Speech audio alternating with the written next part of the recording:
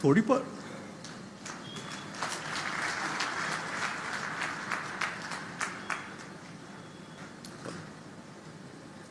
जवळचे मित्र सतेशजी, विश्वजीतजी, आदरणीय भैया धीरज,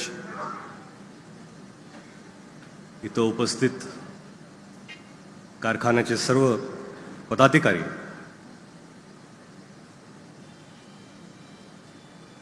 खरं म्हणजे कारखान्याच्या परिसरात जेव्हा देशमुख साहेबांचा पप्पांचा पुतळा पाहिला, ह्या पुतळ्याला पाहून आपण काय करायला पाहिजे? आपण खरं म्हणजे तर त्या पुतळ्याला पाहून त्यांच्याकडून प्रेरणा घेतली पाहिजे.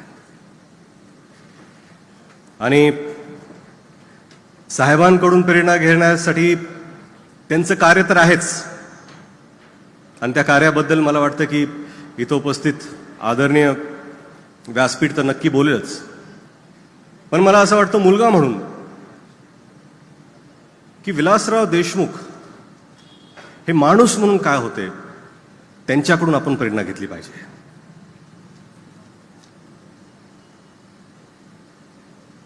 आपल्या आयुष्यात आपण वेगवेगळ्या भूमिका साकारतो, निभावतो. जन्म झाला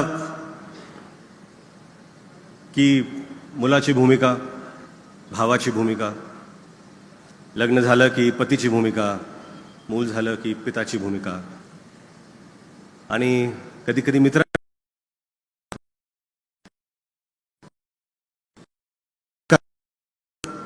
सुरुवातीला कार्यकर्त्याची भूमिका आणि पुढे जाऊन नेत्याची भूमिका.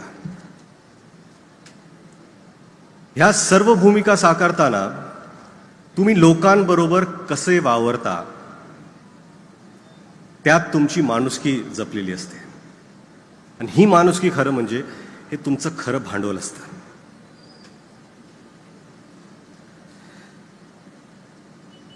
मला असं वाटतं की मुलगा म्हणून आमचे आजोबा आणि साहेबांचं नातं हे खरंच अतिशय प्रेमळ आणि आदरयुक्त होतं. आपला मुलगा मंत्री झाला म्हणून बाबांना प्रेमाने मी बाबा म्हणायचो, पप्पा त्यांना दादा म्हणायचे. कौतुक होतं, आदर होता की जनकल्याणाच्या कामामध्ये ते सहभागी आहेत, लोकांचं कल्याण करतायत, काम करतायत. एक पिता म्हणून तो अभिमान असतोच. कौतुक बरंच केले त्यांनी,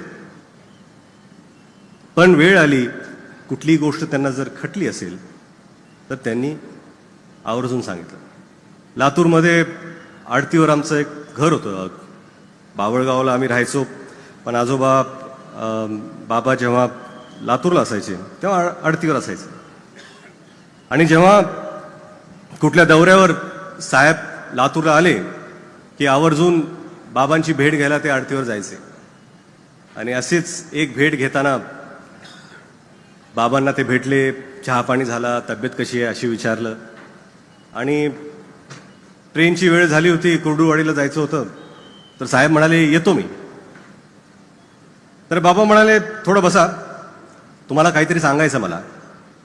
तिथं पेपरचा एक ढीग होता, त्या वृत्तपत्रातून एक त्यांनी पेपर काढला आणि ती बातमी त्यांनी साहेबांना दिली. ते म्हणजे ही बातमी छापून आली आहे तुमच्याबद्दल, वाचा. तर साहेबांनी ती बातमी वाचली, आणि तुमच्या भाषणात तुम्ही छान बोलला, पण हे जे एक वाक्य आहे ती थोडी टीका बॉर्डर लाईन व्यक्तिगत होती. राजकारणात तुम्ही टीका करा, पण व्यक्तिगत टीका ही करू नका. विरोध करा, पण कुठल्याही व्यक्तीला तुम्ही पर्सनली जाऊन कधी अटॅक करू नका, व्यक्तिगत टीका करू नका. आणि मला वाटतं आजवर साहेबांची जितकी भाषणं गाजली, आजही व्हायरल होत आहेत भाषणं, कुठल्याही भाषणात साहेबांनी कधीच ती टीका केली नाही. मला वाटतं, आणि ही गोष्ट आम्हाला स्वतः साहेबांनी सांगितली. त्यांनाही कुठेतरी वाटलं होतं की बाबा आपल्या वडिलांनी जी आपल्याला शिकवण दिली आहे तीच शिकवण आपण आपल्या मुलांना द्यावी. आणि यालाच संस्कार म्हणतात, की ज्या ज्या चुका असतील त्या त्या पुढच्या जनरेशननी करू नये. आणि मला वाटतं की याचाच वारसा भैयांनी, धीरजनी पुढे पुढे चालवण्याचा आम्ही प्रामाणिकपणे प्रयत्न करतोय, की कधीही बोलताना कुठल्याही व्यक्तीशी वैयक्तिकरित्या टीका करू नये. आजकाल राजकारणामध्ये कुठल्या कुठल्या पातळीला भाषणं जातात हे पाहून खरंच दुःख होतं, की जो महाराष्ट्र एका काळी अशा दिग्गज नेत्यांनी गाजवलाय, त्यांच्या भाषणांनी गाजवलाय, तो काळ आता आपल्याला फारसा दिसत नाही आहे. तो काळ आपल्याला परत आणण्याची गरज आहे. दुसरी गोष्ट म्हणजे साहेब मुख्यमंत्री झाले आणि मुख्यमंत्री झाल्यानंतर पहिल्यांदा जेव्हा लातूरला आले त्या मांजरा सहकारी साखर कारखान्यावरती त्यांचा सत्काराचा कार्यक्रम होता. ते एअरपोर्टवरून डायरेक्ट कारखान्यावरती गेले. आम्ही स्टेजवरती बसलो होतो पाठीमागे. साहेब आले आणि देवळात गेले नाहीत. ते पहिल्यांदा स्टेजवर दादा बसले होते. दादांच्या पायावर आपलं डोकं टेकवलं, त्यांचा आशीर्वाद घेतला. त्यांनी भाषण सुरू केलं. भाषण सुरू केल्यानंतर ते थोडेफार घहिवरले. त्यांच्या डोळ्यात अश्रू आलं. भाषण थांबलं. एवढी लोक ऐकत होती, सगळ्यांच्या डोळ्यात अश्रू होते. काय आता पुढे करायचंय कोणालाच माहिती नव्हतं, कारण की साहेब बोलत नव्हते. त्यावेळेस काका मला आठवतंय, काका उठले, काकांनी टाळ्या वाजवल्या आणि साहेबांनी म्हणले, come on, you can do it. एका भावानी दुसऱ्या भावावर कसं वागलं पाहिजे हे आपल्याला याचं उदाहरण इथंच आहे.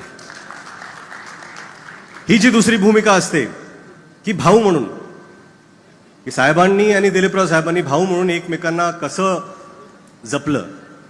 भावाभावामध्ये आपण नेहमी, बरेच लोक असे विचार करतात की आपल्या भावापासून आपल्याला काय मिळेल, पण ह्या दोघांनी असा कधीच विचार केला नाही. आपल्या भावाला आपण काय देऊ शकतो, आपल्या भावाला आपण साथ कशी देऊ शकतो, हीच भावना दिलीपराव देशमुख साहेब आणि विलासराव देशमुख साहेब यांनी कायम ठेवली. आज साहेबांना जाऊन जवळपास 12 वर्ष झाली.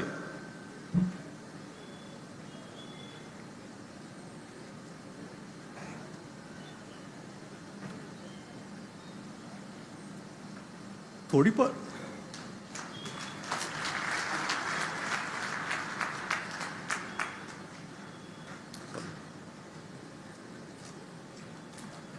उणीव नेहमीच भासते.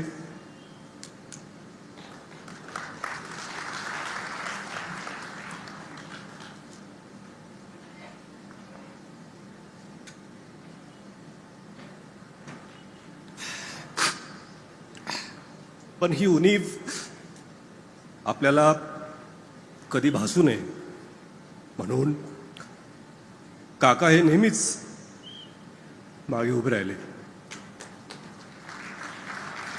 की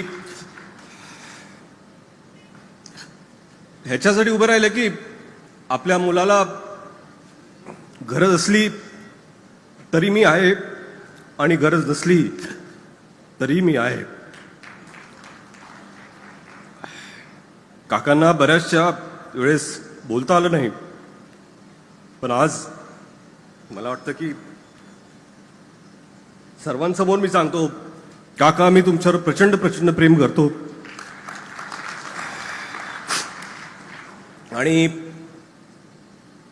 काका आणि पुतण्याचं नातं कसं असलं पाहिजे त्याचं ज्वलंत उदाहरण आज ह्या स्टेजवरती आहे.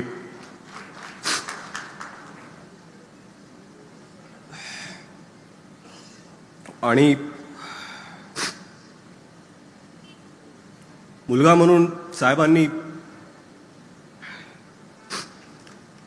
कधीच आम्हाला रोखलं नाही. म्हणजे वडील म्हणून असतं ना की तू हे कर, तू ते कर, असं झालं पाहिजे, असं केलं पाहिजे.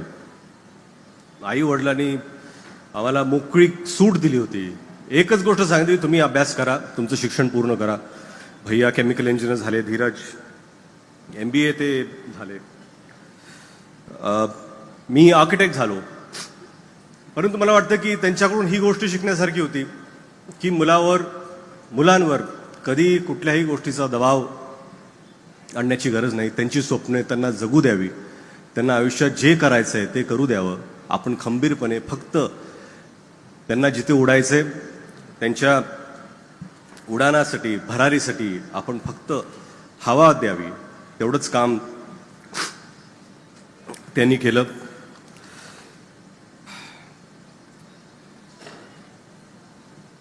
आई वडिलांना पाहून म्हणजे मी हे सांगतो की साहेबांचे वेगवेगळे रोल्स, मुलगा म्हणून झालं, भाऊ म्हणून झालं, पिता म्हणून झालं, पती म्हणून सुद्धा, जेव्हा आई वडिलांना मी पाहायचो घरी तेव्हा मला वाटायचं की लक्ष्मीनारायणाचा जोडा आहे.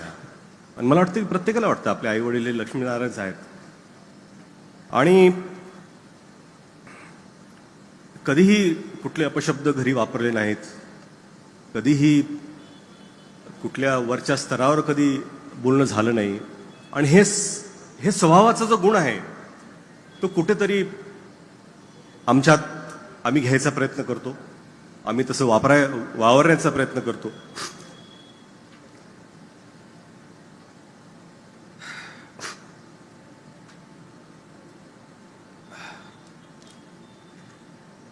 बोलण्यासारखं बरंच आहे. राजकीय त्यांच्या कारकिर्दीत काय काय झालंय इथले मान्यवर बरंच बोलतील. परंतु मला एवढं सांगायचं आहे की साहेबांचा पुतळा इथे आहे. त्यांच्याकडून आपण खरंच प्रेरणा घेतली पाहिजे. कार्य म्हणून तर घ्याच, परंतु विलासराव देशमुख एक व्यक्ती म्हणून तुम्ही प्रेरणा घ्यावी एवढीच अपेक्षा करतो. परत एकदा विलास सहकारी साखर कारखान्याचे खूप खूप आभार की त्यांनी एवढा चांगला कार्यक्रम आज इथे साजरा केला. आवर्जून सर्वांना बोलवलं. अमित भैया, तुमच्याकडून लातूरच्या तर खूप अपेक्षा आहेतच,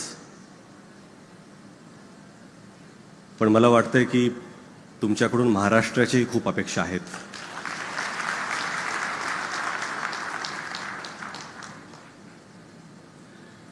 आणि आता ती वेळ आलेली आहे की तुम्ही ते पाऊल घेतलं पाहिजे. तुमच्यासाठी खूप खूप शुभेच्छा भैया. जय हिंद, जय महाराष्ट्र. व्यासपीठावरील उपस्थित सर्व मान्यवरांना, संयोजक